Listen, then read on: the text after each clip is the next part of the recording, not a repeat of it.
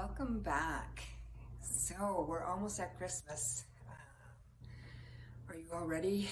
Are you struggling to get things done? Juggling everything, appointments, and shopping, and groceries, and baking, and everything like that? I think I'm just about finished.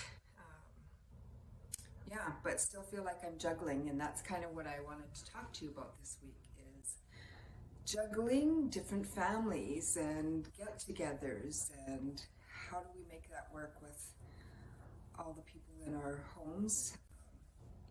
COVID restrictions have kind of made it a little bit easier, so we are limited to 10 people in gatherings, and for some of us, our homes include more than 10 people with kids and bonus kids and all the rest of that. But how do you work all of that out? For me, right now, I'm at the point in my life where I have a mom who has dementia that I want to include. I have a special needs daughter who lives in a group home for likewise adults, adult children, grandchildren, all the rest of that. So how do I fit all of them in? And in the past, when my kids were smaller, we tended to have the dinners here. It was just easier to have everybody over here, and then I started alternating with my brother. But it does make it hard when there's so many in your family. It's an invasion on other people. So I think if you can have it in your own homes, then that's great. This year, trying to include people, so on Christmas Eve, I will have my adult daughter and grandchildren here, and I will have my special needs adult daughter here for those days, and then she will go back and forth between here and her dad's. Christmas Day, I will pick up my mom, and again, because of her dementia, our visits have to be a lot shorter because she gets confused. So lots of running around for sure, but it's certainly doable. Another thing I wanted to kind of talk about is gifts. Do we buy gifts or treat our borrowed children the same as we do our bio children and our adopted children? And in my home, we do. I buy 4 gifts for the kids. So one Santa gift, pajamas that we always open on Christmas Eve, an outfit, and a toy. So everybody gets the same thing. We all get 4 gifts. And with family members, extended family, such as my mom and my brothers, etc., I've been very blessed because they've always treated any child that was in my home as our family.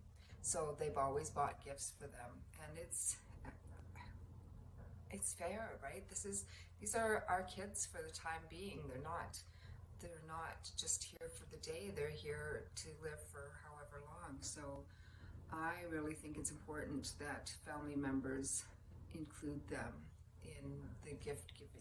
I did have a situation a couple years ago, and it wasn't really foster related, but it was one family member was buying gifts for the kids that were in between 18 and 22, 23. So just small gifts, but we're buying gifts, and told me that they weren't going to buy a gift for one of those young adults. And they were all meeting together, and I said, that is not fair. You cannot do that.